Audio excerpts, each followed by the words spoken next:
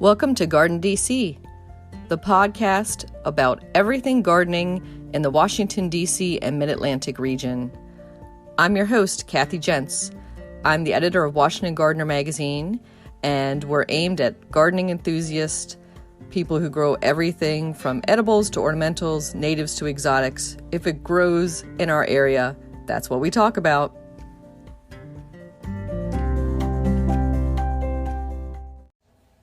Welcome to episode 162 of the GardenDC podcast.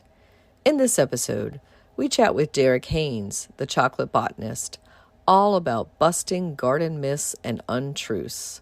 The plant profile is on monkey balls, and we share what's going on in the garden, as well as some upcoming local gardening events in the What's New segment.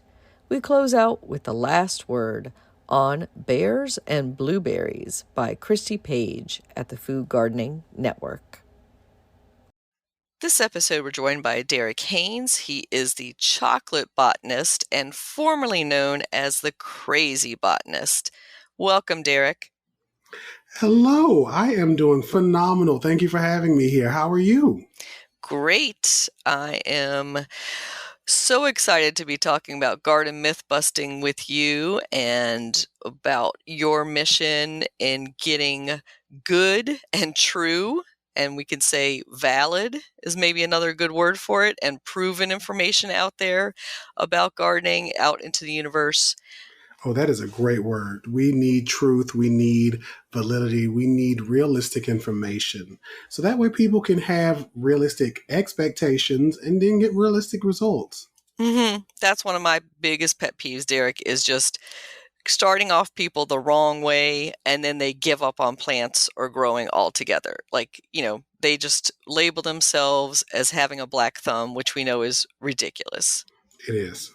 It is super ridiculous. And I try to often switch that commentary, especially when I'm dealing with Black and brown people, to the ideation or the notion that black thumbs, especially in slave trade, really led to the growth of the country and the nation. So when it comes to any of you saying, black thumb, black thumb, black thumb, there's the historical part, the historical ethnobotanical part that enslaved people were physically black thumbs and they made things grow. But then there's the other notion that when you learn how to, or when you experience killing a plant, that experience teaches you how to then keep that plant alive in the future. Absolutely. I think the more plants you kill, the more you learn, right? Exactamundo. That's, I think, so true of so many professional horticulturists will tell you they've killed more plants than anybody. And it's all about the experience and the experiments. And I love what you're saying about the phrase black thumb, which is, not the most culturally sensitive phrase out there, and making it sound as if it's a negative thing. And many of those who were brought over into slavery to grow for plantations and farms here were because they were skilled growers. That was the whole point, is because they had those growing skills. Exactly. And I put that spin on it to make it positive because, again, a lot of people have really herbicidal tendencies, right? And I tell people, for my previous work, my previous place of employment, I've killed like 2 million plants. We did it on purpose, but we grew them to kill them. So when you, a home gardener, or even a prolific farmer with 70 million acres, when you're growing plants and they die, maybe it was something you did, or maybe just something just randomly happened. But either way, we can learn from that experience and keep growing. So on the GardenDC podcast, we like to ask our guests, were they born with chlorophyll in their veins? So did you start off as a baby gardener, or did that come later in life? Oh, yes. When I came out of my mama's womb, I was very green. The doctors of New Bern, North Carolina really freaked out a little bit. But on the real, I have been infatuated with plants forever. I can remember my childish attempts, I'll say, at trying to grow plants in Colonial Trailer Park, for those of you representing Craven County and New Bern, in College Park, trying to grow a peach tree. And I just knew if I just took the pit out of that peach, I would be able to get the great peach tree that I was going to get randomly behind that apartment. Never worked. But I have always had a fascination for them. And as I started growing, and hence where, I try to be people's botanical motivator, I started learning like, okay, why did I fail? Why didn't I get pumpkins and I just got pumpkin vines? Why did all of my plants die? Well, was it the squirrels? Was it the birds? Was it something I did? And through a lot of trial and a lot of error, I've gotten to the place I am. So yeah, I definitely chlorophyll born and raised. And I love that you, at even a young age, knew that a peach pit would be making a peach tree, because I think so many of our young people, and I'm not just going to say young people, Mm-hmm. I'm not going to say that, but even some of our older people do not equate a seed with the plant. They don't. And I think I was a different child. I mean, I know I was a different child. I can remember reading science books in elementary school on the blue-footed boobies and capybaras and how plants grow and other stuff. I've just always been a science geek. So to know that this is how plants grow or this is how this grows, especially in the era before YouTube where you could get a video that can spoon feed you, right? Or you could quickly Google and you can find, maybe a Wikipedia page. I think Wikipedia was just really starting when I was in middle school. I didn't have all that information, so I just would have to do a lot of reading and a lot of research and all that jazz. So it's definitely important. If you don't know how your food is grown and you are a person that's eating your food, just take anything you eat and say, well, how is this produced? Like, how is this corn produced? What does it look like on the plant? What do the seeds look like? Blah, blah, blah, blah. Same with your apples. Same with the pears we talked about, or peaches. Any of these fruit, look at how they look. Kiwi. I know you all are knowledgeable listening to this because, Kathy, you are a horticultural genius, okay? When it comes to kiwi, I was like a couple of years old when I learned kiwi grew on vines. I don't know what I thought they grew on, but I never questioned it. I eat kiwi every so often, and I went to Edible Landscape in Virginia with some friends. And seen them growing on vines and learned that I could grow kiwi here in Zone 7 in North Carolina. So I, a whole plant biologist, am still learning what things look like before they come to me in a store. So let's just keep doing that together. I think it's a lifetime of discovery out there. There are so many plants that we haven't seen in situ, like in their growing situation. We've only seen them like in a tropical greenhouse, and you're like, oh, that's where chocolate comes from. Because I remember my first trip to St. Lucia and seeing some of the allspice bushes in the tree and making that connection. And I was like, oh, I thought allspice literally was all spices stuck in, not an actual allspice nut, that you actually rendered the spice from. I used to think the same thing. I think it's just the name is so subjective that you don't think like, no, this is just the name of it. That's where common names can sometimes be our detriment because they can give us a bad preconception of, not necessarily bad, a incorrect connotation or conception of what these plants really are. That's so true, because I was just explaining to somebody yesterday what cucamelon, mouse melon, Mexican sour gherkin, all those misnomers for the same little baby cucumber plant. But I was like, well, it's a vine, it's a cucumber, but it tastes like this. But because all the common names are just, totally misleading. They really can be. So you were talking about your science geek youth. Yes. And that led you to a degree, I think, in botany or ethnobotany, or both degrees. So I have a degree in plant biology, botany. The ethnobotany program, unfortunately, didn't really take root until I was finishing my degree program, which is depressing because I pretty much took a lot of courses to be considered an ethnobotanist. It is my passion and my values, but it's not on my degree. But I just tell people like I'm an ethnobotanist. Is what I do. That was my my passion.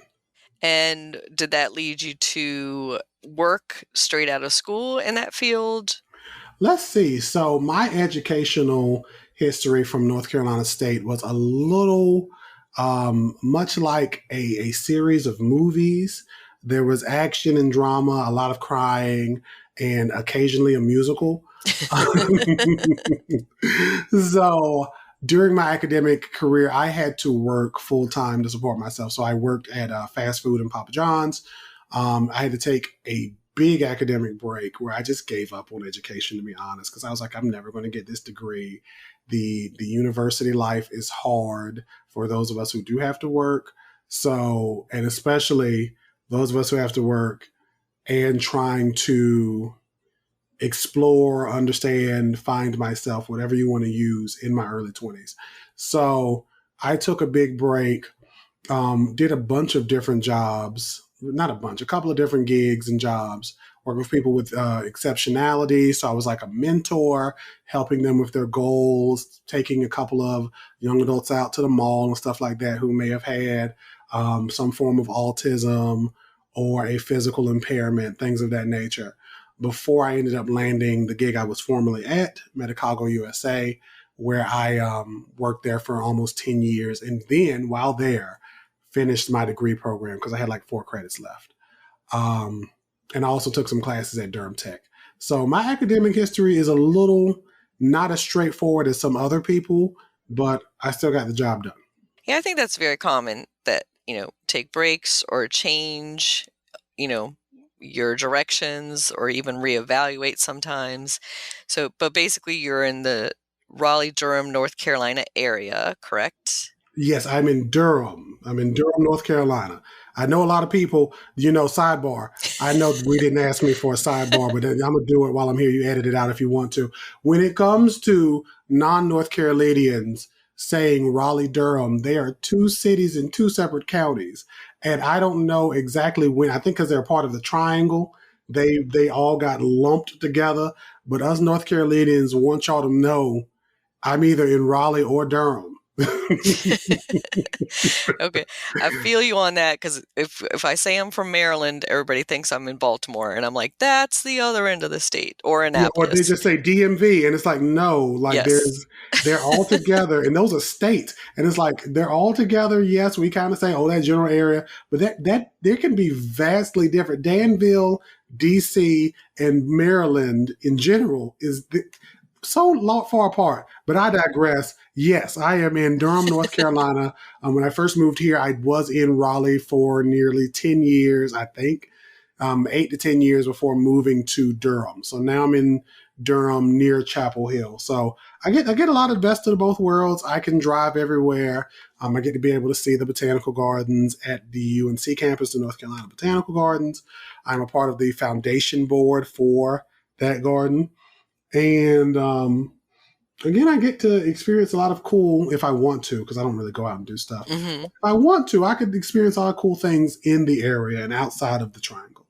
Well, I was going to ask, for Durham, you said you're zone 7, and what is your soil and what is your home garden like? What do you like to grow at home? So I live in an apartment. I'm on the 2nd floor. So my soil is pretty much a mix of soils I have had over the years, because I will recycle or renew my soil that I use in my urban garden outside. So it's core, it's peat, it's composts and mushroom composts and mycorrhizals and slow releases and earthworms and everything else.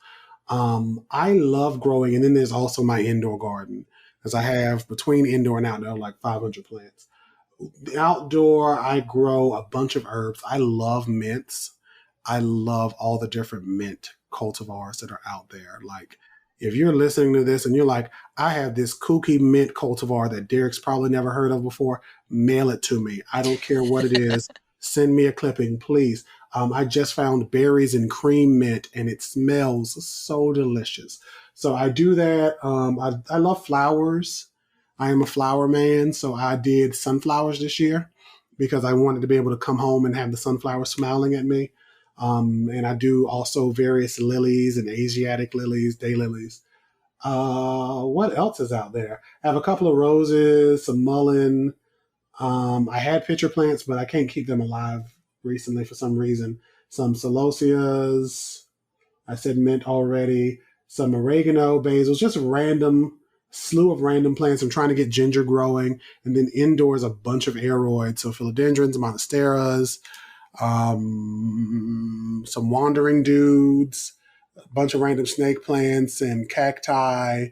And I'm making sure I don't forget anybody, because if you forget naming a plant and you're talking like this, one of them will die. And my ZZs and all the other plants that I didn't name that I love, because I can't see anything else.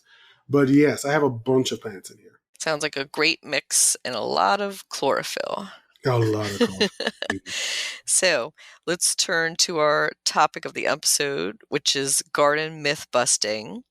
And maybe we'll start off with that you do most of this education, or I will call it re-education, using your social media accounts, and people can follow you on The Chocolate Botanist. It's usually all one word, correct? No spaces or dashes or anything in between. That's correct. Unless it's on Facebook, then you can put, spaces when you're searching. Yes. So, and you're posting, I would think, several times a week now? Several times a day sometimes. Oh, wow. So it's a bit to catch up on, but you can see some of Derek's past posts and things that we'll be talking about now in our discussion. But maybe let's start off with, what was the first thing you watched online that you can recall that you were just like, oh no, like this has to be addressed. I cannot let this just slide. I guess I should start off with, I've been on social media since social media has been social media. So when I started seeing a lot of these 5-minute hacks, these life hacks, these plant hack, whatever you want to call them, pages, and they would bury like the bloom of a rose, and then they magically got the whole plant. That stuff like that I would see over the last, decade or so. I'm like, that's very false, but it's okay. But recently, and it was a very specific series of things that happened. I was trying to interact with a young lady who was talking about alkaline water and alkaline juices, and she said alkaline water is not legitimate, but alkaline juices are. And I was like, yeah, neither of those are legitimate. And then she blocked me. And I was a little frustrated because I'm like, I'm being respectful. We're having a conversation. You yourself are saying something that people don't agree with. And then when I say something you don't agree with, you block me. I found out I was being laid off, I think, within that same month. And I had a sister, dear sister of mine, who had been telling me, like, when you see this stuff, maybe you should give a botanical review, because of all the people that are really on social media, you're one of the few legitimate plant biologists. Like, agreed, maybe you should do that. And I was like, I don't know, da, da, da, da. And I seen those videos around that time, Kathy, and I said, you know what? I am not going to let this slide anymore. If I am frustrated, the world will be frustrated, and that frustration is going to bring me joy and laughter, in addition to help us all learn something. So I feel like one of the videos I talked about was like alkaline fruit, the notion that certain fruit can make your body, your system alkaline, and that alkalinity reduces all types of diseases versus the acidic, not natural fruits that are out there. And this is a ideation that is mostly prevalent in the Black communities, the Black and brown communities, where certain health group specialists, that's the word I'm going to use and not the other word, have basically lied to people about the power of plants. So I started off talking about that, and then seedless plants are not GMO, and then it went into some of our quote unquote favorite, very sarcastic favorite, plant pages that will show in a creative way false explanations of these different plant hacks. So I put bananas in the water, I sprinkle oats and random junk into my soil, and it makes the plants grow. And this specific person I'm referencing, all of us could guess who we're talking about, makes some great content that looks beautiful. He can catch the people's attention, but he's feeding them a bunch of malarkey. I often want to call him Oscar Mayer, because all he gives the people is baloney. So why do you think people listen to these? Is it just the enthusiasm level, that they sound like they know what they're talking about? And why are people giving them any credence? One thing that is out there, I think it's called the Dunning-Kruger effect or something like that, where people think they're smarter than they actually are. Some people do. And this is not to be offensive, because I've had it happen to me too. Like I've been a subject to it, but we think that we know all things. We think that we have an understanding, and some people misunderstand or misrepresent how deep botanical, horticultural, agricultural knowledge really is. So when somebody comes up and they say to them, hey, these plants were made in a lab and it's because I said so, and they say it with confidence and they exude that confidence, now that person is a trusted source. That person is giving you nothing. If they do give you anything, it's a bunch of shady sources. And now you are believing what they're saying. You're going to believe that the coffee grounds will magically help your plants immediately. You'll believe the eggshells just out of the oven, sterilized and ground down, will spread over your plants, will just magically fill them full of calcium. And we don't think about any calcium overdosing in plants. We don't think about that. We don't think about that nutrition and the food web takes time. And unless you help it out, there's a timeline attached to that. There's a fuse attached to that. And so people don't know that they don't know what this person is talking about. And they don't know that this person has no earthly clue what they're talking about, because again, they're speaking with confidence. Mm-hmm. So that person has to be able to help me. And I have an aunt who listens to that person who has those explanations that are very creative, and she will tell me all of his stuff. My aunt who knows that I am a plant biologist, my aunt who calls me and will ask me questions about her plants, she will see these Pinterest pirates and these other people, and she will say, well, they said X, Y, Z. And I'm like, well, you didn't consider 40 other things that they didn't tell you to consider, because it's not attractive. It's not attractive to think about, well, I did this beautiful thing in my yard because I'm in California, but you people that actually have a winter, sucks for you. That's not attractive. So those are the reasons. It's not necessarily attractive. People speak with confidence and they confidently lie to folks. And people don't have a knowledge that, hey, I don't really know anything about this, so I really shouldn't even take what this person's saying at face value unless I speak to a legitimate either expert or I study myself legitimately.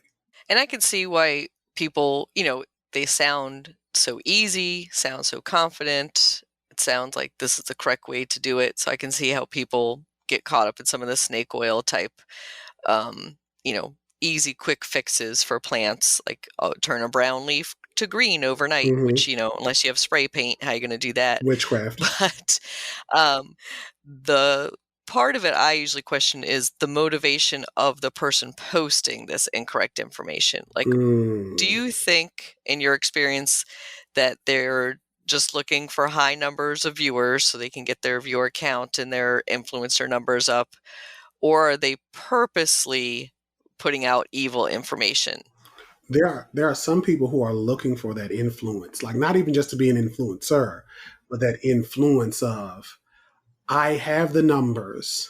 I have millions of, so one person I keep slightly referencing when I use two words together has almost 6 million viewers on Instagram. And I'm sure through all of their platforms, they probably have close to 10 million people who will watch their content and interact with it, who will buy one of their 2 books, if not both of them, who they can say, this person, who they can say, I have all these people who listen to me. And then what does that lead to? What does that do? What does that mean?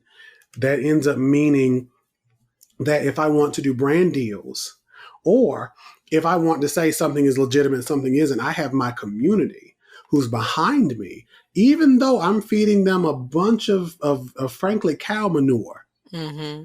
They are taking it like it's a Big Mac or whatever food. Insert whatever food you love. I just randomly picked Big Mac. But they're taking it as a Big Mac and saying, ooh, so delicious. So that person gets that influence, and that influence can lead to power. It may not be nothing political, right? It may not be nothing where they can, go out and get a house, for free or get an honorary doctorate, but they could have TED Talks. They could get called to universities or really schools. One person I keep referencing has went to schools talking to children about how to grow plants. Mm-hmm. And this person has no knowledge. And again, with that, especially with certain numbers or certain platforms, you also get that monetization. So now you can just make your living off of feeding people lies. And when you have books and other things you're doing and people are paying you to come and speak, you're getting a lot more than just those numbers. But to the very basics of it, you are right. There are a lot of people who will jump into the plant community, and this is where we have to be wary. They will jump into the plant community. They will buy, maybe 30, 40 plants, 100 plants, put them in beautiful pots. They take pictures of them. You'll never see this plant again. If you ask them about the plant that you've seen the first 2 weeks of their account, you will never see that plant because it's most likely dead. But they will show you all these beautiful pictures. Nothing's ever ugly. Nothing's ever dead. No yellow leaves ever. Yeah, I'm a real believer in real social media pictures. Like, you are going to see the weeds in my garden in my pictures of my garden and where I'm visiting. And I very much suspect when things are too perfect and, too many blooms on one plant or just too photoshopped, those are huge clues to me. But I'm going to swerve this conversation a little bit, Derek, to see if you are old enough to remember Jerry Baker, and he named himself America's Master Gardener. Are you familiar with him at all? Ooh, I am not familiar. I was like, are you talking about Tammy Faye's husband? But that's not his name. Kind of the same era. So in the 80s and 90s, maybe even back as far as the 70s. This face looks familiar. I still see some of his books at used bookstores and places, and I'm amazed that he sold so many books. And he was carried, Derek, on PBS stations across the country during their begging weeks. They would bring Jerry Baker in, and he would show these amazing things he did with plants and all these little recipes and tricks he had. And those of us who are like hardcore gardeners would be like, please don't bring in the Jerry Baker special again. And he would do a great job of selling books and getting money raised for those local PBS stations. So they were never questioned the scientific validity of some of the things he was telling them. That it's amazing because people can be great marketers, but they don't have to be botanical experts. Because if you're a great enough marketer, you can convince people that your BS is real. You can convince them that the thing that's obviously fool's gold, it's obviously just copper painted gold, is legitimate. And then they'll just go to the bank and fuss the bank down that, hey, this is real gold. So that is horrible.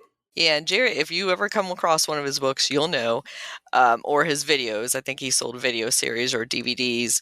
But one of the things that sticks out for me that he would always claim, and this works, it just wouldn't be something I would use, is he was a big one for getting a carton of cigarettes, soaking the cigarettes in something, and using that to spray the garden.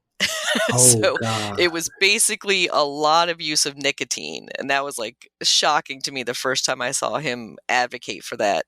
I have heard that from somebody else, a dear friend of mine I used to work with. And because the job I used to do, we worked with tobacco. That was our main thing, but it wasn't the American tobacco. It was an Australian species. I used a concoction, I'll say, trying to also use the nicotine in those plants or in those tobacco plants to protect my other plants. And I killed a lot of plants. So I didn't even have Jerry Baker. I just effed around and found out. And those plants were dead as a doornail. So we definitely have to be careful with who we're getting advice from. Yeah, I think part of why he was using the nicotine was to kill like a bunch of the tomato pests or things. And I was like cringing the whole time, knowing tobacco mosaic virus and other things that could be caused by it. It was just insane. His other favorites that I remember he would like to use, anything that came from your medicine cabinet, like baby shampoo, castor oil, mouthwash. Those were all big remedies for him in the garden. This is laughable, but it's sad because I'm like, there are people who will probably love this. They did it. Their plants died. And then they said, I did everything wrong. And they never tried again. And that's really sad. Yeah. I mean, he was just all about the DIY tonics and that you would just go to your own kitchen and mix up your own solution. And of course, this was an era that people had no compunction about using chemicals bought at the store either. Sad. But his were, I guess, quote unquote, natural because they were coming from kitchen products, right? your castor oil or your mouthwash. So let's talk about the use of the word natural in some of those garden myths that are being purported online as well. So people use natural in combination with organic, but sometimes they're using it in just the weirdest ways to me. What do you think, Derek?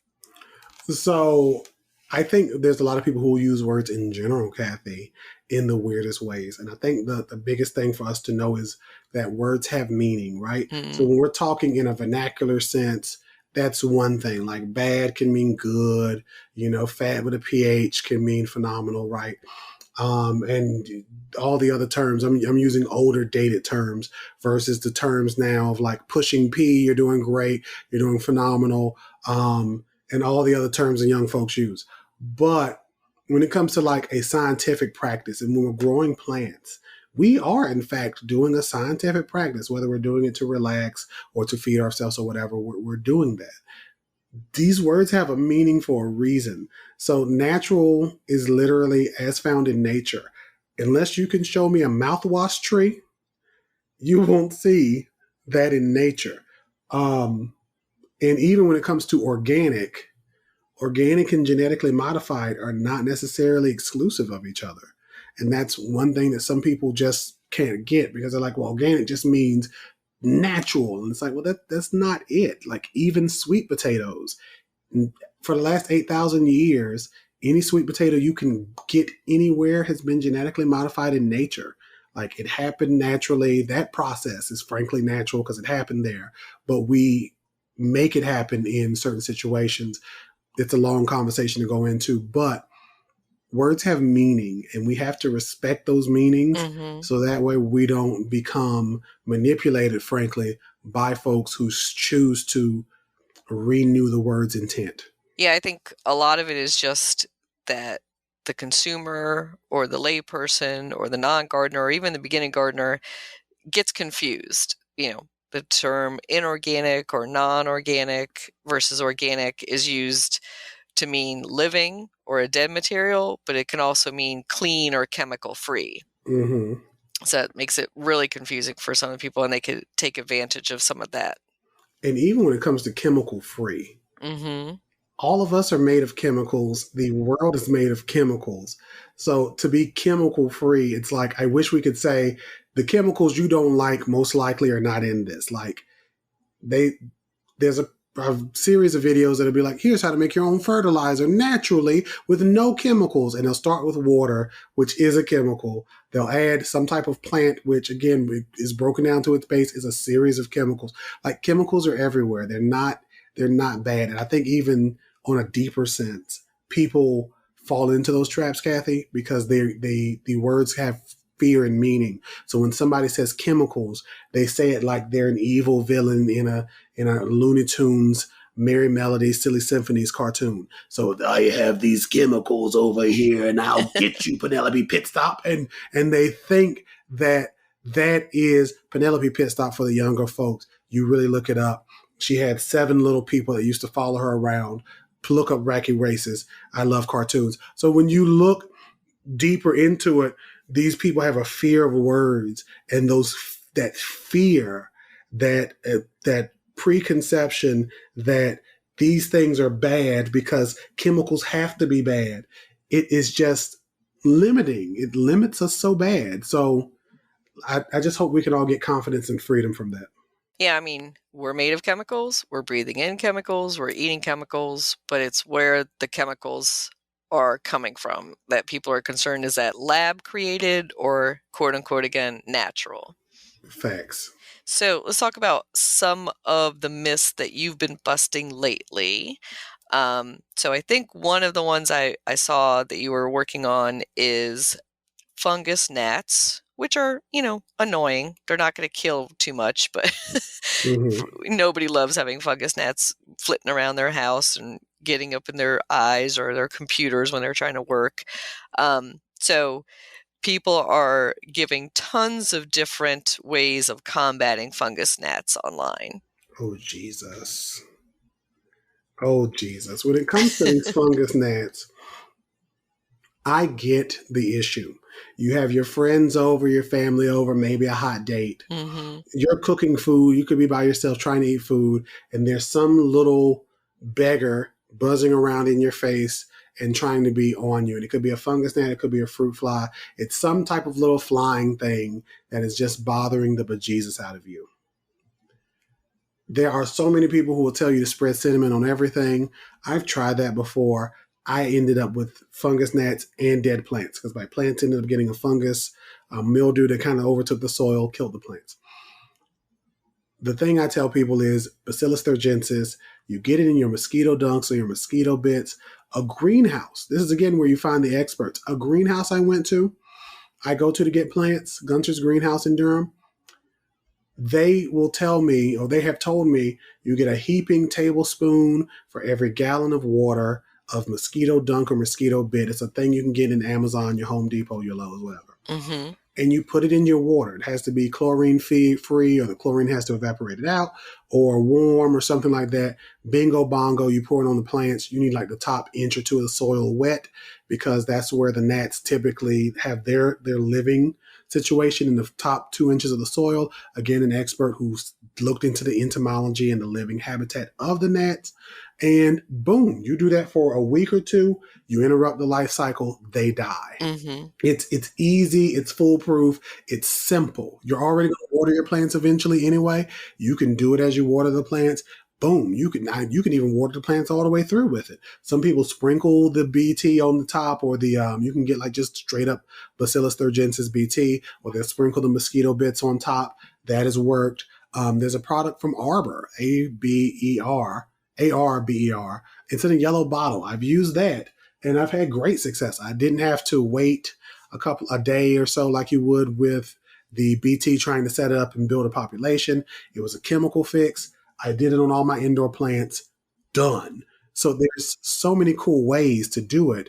But keep in mind, if you're using banana water and all these other waters on your plants, this is probably why you have the gnats in the first place. I was going to say, probably some of the solutions that they're giving you are actually making it worse. And, just maybe waiting a little bit longer between watering for the topsoil to dry out might actually be the cure instead of dumping more stuff on top. It just might. And I've sprinkled a little bit of mosquito bits themselves on the surface, and that's usually worked just as well. And so I was going to ask about another myth that is popping up in my email more and more, and that's electroculture. Oh, God. And until maybe, 3 months ago, it had never crossed anything that I've gotten. And then all of a sudden in the last few months, I've been getting people pitching stories on electroculture. It's blown up. Or asking my experience with it, and can I comment on it for an interview? And I'm like, I have never used electricity in actually growing a plant, and I don't know why you would. Oh, there's so much to say in so little time. So let's jump into it. For those of you who have seen this on the internet, number one, when those people ask you your comment should be, it's dumb and it's wrong. However you want to phrase that, you can take it from me, a legitimate plant biologist, scientifically proven it's stupid and it's wrong. Part two is the background of it. So on the internet, as of now, someone misguided and foolish will tell you that electroculture is the practice of putting a copper structure around a plant to grow it better and more efficiently. So that could be just copper poles, copper wiring, and you're not putting it necessarily in the soil. You're just sticking it in the soil, but you're making like almost, I would call it like arts and crafts. You're making copper arts and crafts. And what it's supposed to do, Kathy, and this is how you can really debunk something if you learn enough about it, because then you can say, well, no, that doesn't make sense.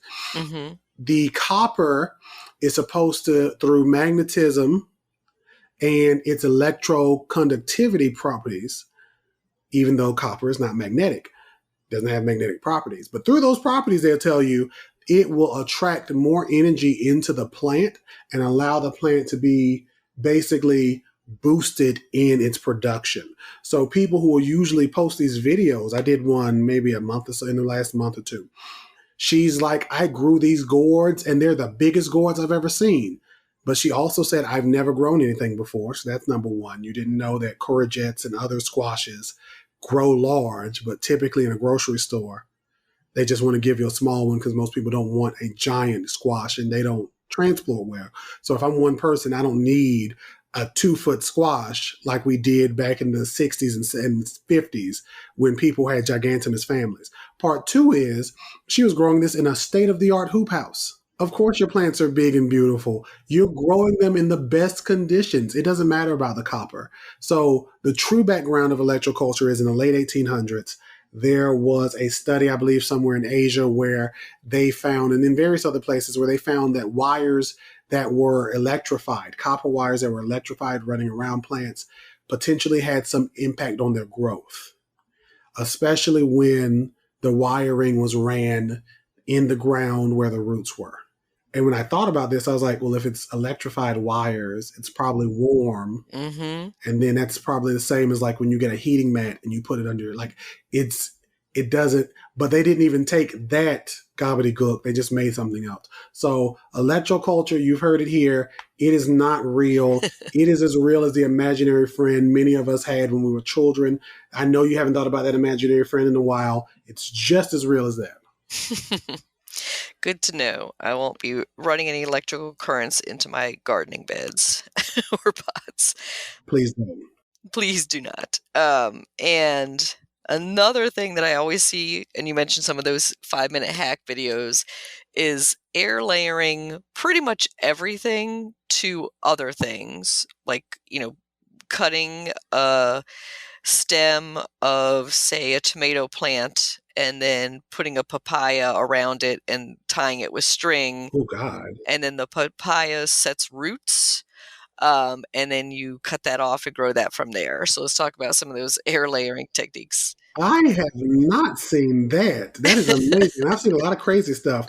Yep. So when it comes to air layering and grafting is when I take a root stock, so the roots of one plant, and a scion, a growing part of another plant, and I put them together. So like 2 types of tomatoes. If I want to get like maybe cherry tomatoes on this one vine and beefsteak tomatoes on this other vine, I can make a plant that's almost like Frankenstein to be able to do that. That is grafting. Air layering is a technique, whereas I take off some of the bark of the stem to expose some of the cambium, and I allow some type of soil or media around that. So that way it will be like, oh no, I need to root. It'll root, and then I can propagate plants that are larger than what you could typically propagate through typical root cuttings or stem cuttings. So I could get like a fig with a 3 or 4 inch stem, and I can propagate that 4-inch around stem, diameter stem, and it could be a 5-foot long stem. And I can propagate that to get a plant that's already pretty much ready to go in the ground and potentially produce some figs in the next couple of years, right? When you take grafting into consideration, you have to make sure the plants are closely enough related for the grafting to work. So it's like when we talk about organ donors in the human world, right? When we talk about blood donors, there's a matching process that has to happen and an acceptance that your body has to do in order for everything to heal up right and for your body to carry on. So, and in the human world, there's medications that can be taken to tell your immune system to like hold off while it's trying to accept this heart or a kidney or a lung or eye or whatever. And with blood, we know about the blood types, and we know like how that works, and how like if you give somebody the wrong blood type who can't take every blood type, then they've been messed up. So with all of that now established, in the same way in the plant world, I need plants that are related. A papaya, I can't remember what family that's in, but I know tomatoes are in the nightshade family. Yes. So tomatoes would need to be related to other nightshades, potentially other tobaccos, other actual nightshades, anything that's, I think, a belladonna. For those that are actually like edible, that would be an eggplant or a potato or a pepper, right? But typically I feel like, because I have friends that have done this, it's usually combining the stock of like one tomato that has great roots but it doesn't do fruit I want, to a tomato that has great fruit, but its rootstock sucks. And they combine that together. Or a friend of mine who grows gigantic fruit. He'll grow gigantic watermelons, gigantic like pumpkins for like fairs and shows. He'll do that to be able to get the plant set up to do that possibility. But it can't be just two random plants that aren't related. But you would have to look and figure out, like, are these in the same family, the same plant family? Are these both aroids? Are these both in the Araceae? There's three genus. There's three geni that are all Araceae. Actually, no, families that are all Araceae. One is like the arum family. One is like the actual blueberry family. Like, there's a bunch of confusion there. But if you know that, then you'll be able to say, well, no, this won't work because those are too far unrelated. Yeah, and I just think a lot of it is just, if it comes out with the editing, if it flashes back and forth, it's wrong. So, and so you have to be able to be aware of that, because some people will never see it. Some people will look at it and be like, that looks great. And they don't see the editing. They don't see the fake roots that are plastic, obviously. They don't see that the tomato was apparently sitting out for 2 weeks outside in the temperatures, and magically it never rotted. Like, that just didn't happen, Yep. Sometimes a plastic rose is sprung out of the middle. Yeah, it's one of those beautifully growing, or it's an obvious special effect, like from DreamWorks in the 90s. But nope, it looks real to you because it showed up for 5 seconds, and you're like, that's real. Well, the one thing that makes me feel better about some of this garden myth busting, of course, is people like you combating it, but also the comment section. Like, as soon as you see one of these flim-flam type videos, go straight to the comment section, and there's usually somebody trying to straighten it out. Usually, and they're fighting for their lives in the comments. It's like being in a zombie apocalypse, but it's not zombieism, it's just misinformation. And they're trying to be like, hey, everybody, here's the cure right here. We could stop the disease, and the zombies are like, nah, smash it on the ground. We don't need this. So please check out the comment sections, because especially in your favorite plant hack videos, there's always going to be somebody who says, it didn't work for me. My plants died. Mm-hmm. Or somebody will say fake, and they'll explain step by step. Here was the edit, here was that. So, take it all with a grain of salt. So we could go on because there are so many garden myths and misinformation out there. But in wrapping up, Derek, first I wanted to let you share with listeners how they can follow you and find out more, and how they can support your work. So, of course, you can email me, and you can find that on my Instagram. My Instagram is The Chocolate Botanist. You can go to my website, thechocolatebotanist.com, and I'm The Chocolate Botanist on pretty every much platform except for Twitter. I know it goes by a different name now, but I will never call it that name. It's like when they rename plants, and it's like now rosemary is Salvia rosmarinus instead of Rosmarinus officinale. It's like, or officinalis. I don't remember what the specific epithet was. But either way, I'm never going to call a snake plant a Dracaena. I'm going to call it a Sansevieria. And I'm not going to call Twitter X. I'm just going to call it Twitter. So I'm Crazy Botanist on Twitter, but I'm on all platforms as The Chocolate Botanist. Again, if you go to my website, thechocolatebotanist.com, you can hit me up for all of your needs. Great. And so how about a final thought, Derek, about maybe a new gardener who's looking to source legitimate garden information? Where should they be getting that from? So you are, picture it, Sicily, 1932. You are a new gardener into the world with a plant and a dream. And all you want to do is to grow some lettuce and some kale and potentially a couple of sunflowers. And you're like, where do I go?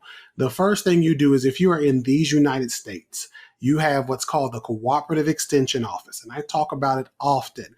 They do not cut me a check. They don't pay me any attention, much less anything else. So if you go to the Cooperative Extension Office and you say to them, there's one in every county in every state, and you say, hey, I am looking to grow plants and I'm trying to figure out what's up, that they can help you out. If you don't go in person, we have the internet. You can search up cooperative extension in your county and find information that is relevant to your county, to your zone, to your area. So again, you won't look to a person in California and you are in Philadelphia and you're like, why can't I grow the oranges that they're growing?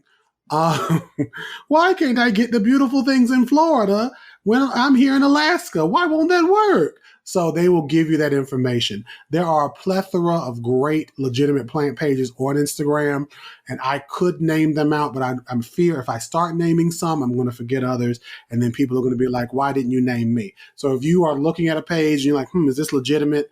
Generally, I follow legitimate pages. So if we see that we're mutuals, we're good. And then finally, learn what you need to learn. Growing plants is a journey where not only are you learning about the plants that you are caring for, right? But you're also having the opportunity to learn about yourself. I have been able to adjust my workflow with plants and learn about myself with plants and learn what works for me with plants over this last, since I was maybe really gardening since I was like 15. Like I've done a lot of plant stuff, but really actually gardening and getting a different decent results since I was like 15, 16. So, and I'm 33 now. So like half of my life, I have had to really work towards taking care of these plants and being successful. Touched a lot of plants and a lot of stuff forever, but actually having a plant here growing, a seed germinating, I've learned a lot. And when I look back and I remember where I've come from and I've learned a lot. So learn about yourself and learn about the plants. Follow legitimate YouTube sources and learn how to grow these plants and how to care for these plants. Look for plant people who are in your areas. They don't have to be influencers, but reach out to your Facebook groups and see if you can find people who you can grow with, who you can share information and seeds and pots and soil with. So that way you can grow and cultivate your own peace and your own factualness together. Excellent advice. Thank you so much, Derek. Thank you.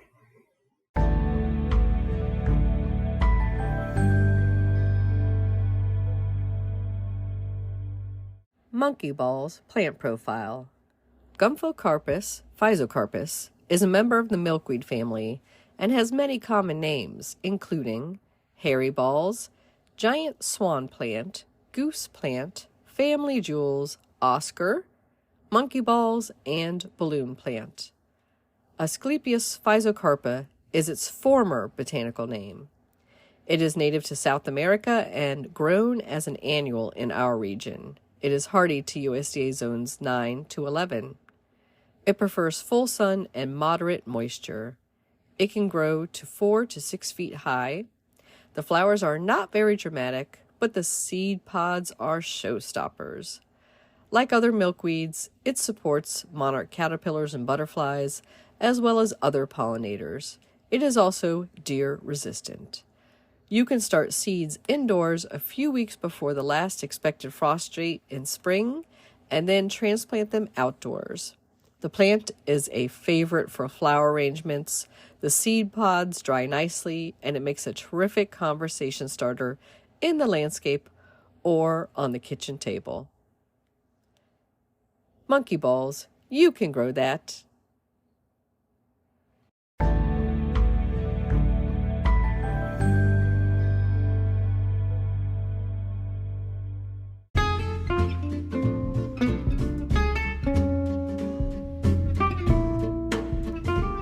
What's new in the garden this week? Well, before I get into that, I want to thank our latest listener supporter, and that's Hillary Robertson Collado. Thank you, Hillary, for being a supporter of the GardenDC podcast. And now I want to share a fun success story from our community garden, and that's all about the Ferrari green bean. I got a pack of these green beans from Botanical Interest and planted these seeds in mid-July and harvested my first green beans from those plants 40 days later, almost to the day of planting. And on the pack, it reports 63 days from seed to bean. So I just think that is an incredible success to have beans already 40 days later. And they are slender, beautiful, tender green beans. I highly recommend them. Let's talk about some upcoming events in the local gardening world. And that includes on Sunday, September 10th, the DC State Fair, which is going to be held at Franklin Park in downtown Washington, D.C. I will be there giving a flower arranging demonstration, and that is free and open to all to attend, and that's at the dcstatefair.org for the schedule and more details about that. And then on September 12th through 15th is the Urban Tree Summit 2023. That takes place online and a few days of in-person tree tours as well as part of that conference. That is put on by Montgomery Parks and Casey Trees. You can find out more about that schedule and register for it at caseytrees.org.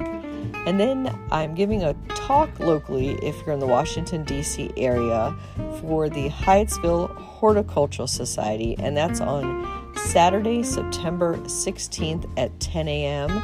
The talk will be based on my new book, Ground Cover Revolution, and that is taking place at my Dead Aunt's Books.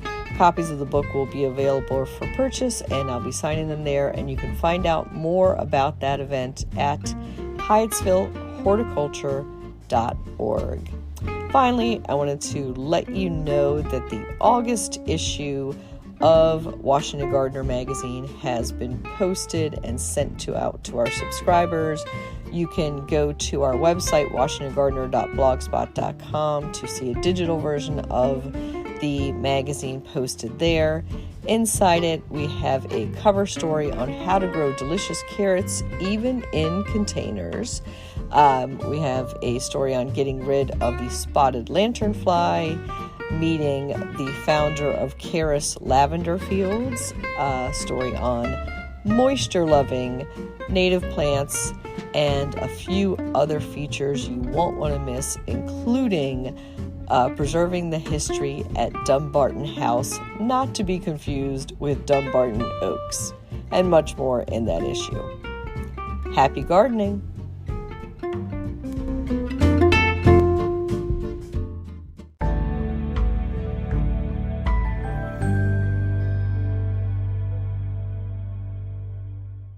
In the new book, The Urban Garden by Kathy Jentz and Terry Spate, you'll find dozens of inspiring and creative ways to grow flowers, shrubs, vegetables, herbs, and other plants in small spaces and with a limited budget. Whether you want to grow on a balcony, rooftop, front stoop, or a tiny urban patio, turn your growing dreams into reality and build a gorgeous and unique garden that showcases your personal style while still being functional and productive. With the ingenious ideas and resourceful tactics found here, you'll be maximizing yields and beauty from every square inch of your space while also making a lush outdoor living area you'll crave spending time in. Whether you're growing edible plants or beautiful flowers, the 101 amazing growing ideas found in the Urban Garden will turn your tiny urban yard into a treasure trove of green you'll be proud to share with family and friends.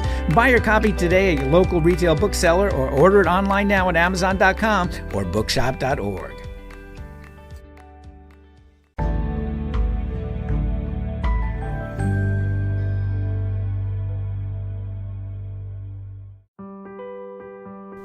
Get low-maintenance alternatives to lawns with the new book, Ground Cover Revolution by Kathy Jentz.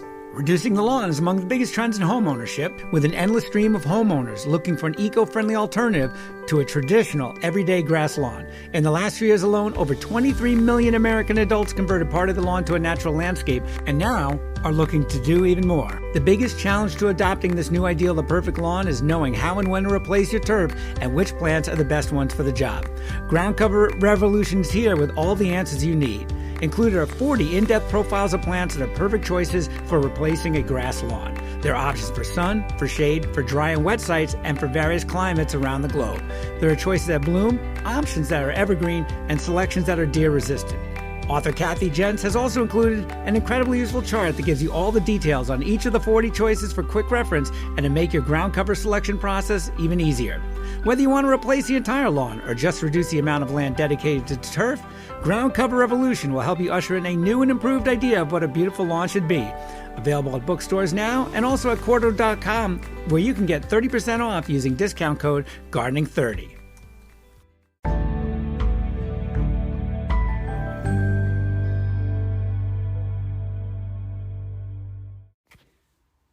This is The Last Word on Bears and Blueberries by Christy Page at Food Gardening Network. I love blueberries. Not only are they full of antioxidants, they're just delicious. I like them in yogurt, cereal, just plain, and most definitely in baking. I decided that it made a lot of sense to get my own blueberry bushes so that I could have fresh, wonderful blueberries all summer long. I visited my local nursery and purchased early and late blooming varieties that were already fairly well established. I was so excited. I'm lucky that we have an entire guide on blueberries. I read every article to make sure I was prepared. I knew where I wanted to plant them, had tested and prepared my soil, and made sure that my garden hose reached the area just in case of a dry spell. With a little muscle help from my husband, my blueberry bushes were planted. That summer, I watched as the pollinators floated from bush to bush, so happy with the thought of all the great recipes I would try. The small buds started, and I was in full-on planning mode. I'm envisioning buckets and buckets of blueberries. Well, maybe not in the first year, but definitely in the years to come. I revisited the blueberry guide on foodgardening.com to make sure there were no signs of pests or diseases. There were several recipes in the guide that looked super yummy, and I couldn't wait to try them, including one for blueberry pie fudge that looks so easy to do, sounds delicious, and is perfect for a summer get-together. My first berry ripened, and I couldn't contain my excitement. It was so delicious and sweet. Now I'm starting to get just a teensy bit impatient. I just needed 1 cup. Then I would be on my way to blueberry fudge or muffins or so many other wonderful treats. The next morning, I'm sitting, having my coffee and gazing out the window. I looked over to see my wonderful blueberry bushes, and something was blocking my view. I paused for a moment, completely stunned, and then I just had to gasp. It was a bear. A very large bear was having my blueberries for his morning breakfast.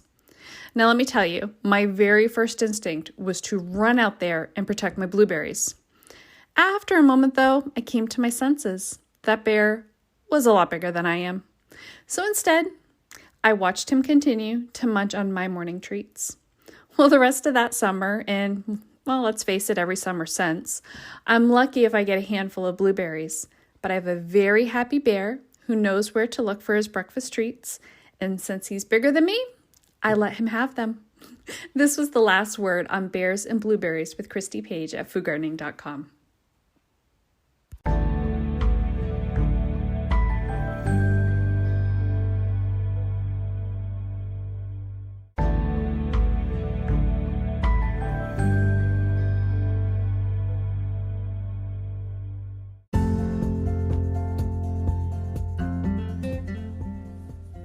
Thank you for listening to GardenDC. You can become a listener supporter for as little as 99 cents a month by going to anchor.fm/GardenDC/support. Another way to support this podcast is to subscribe to our monthly digital publication, Washington Gardener Magazine. To do so, go to WashingtonGardener.com. Thank you.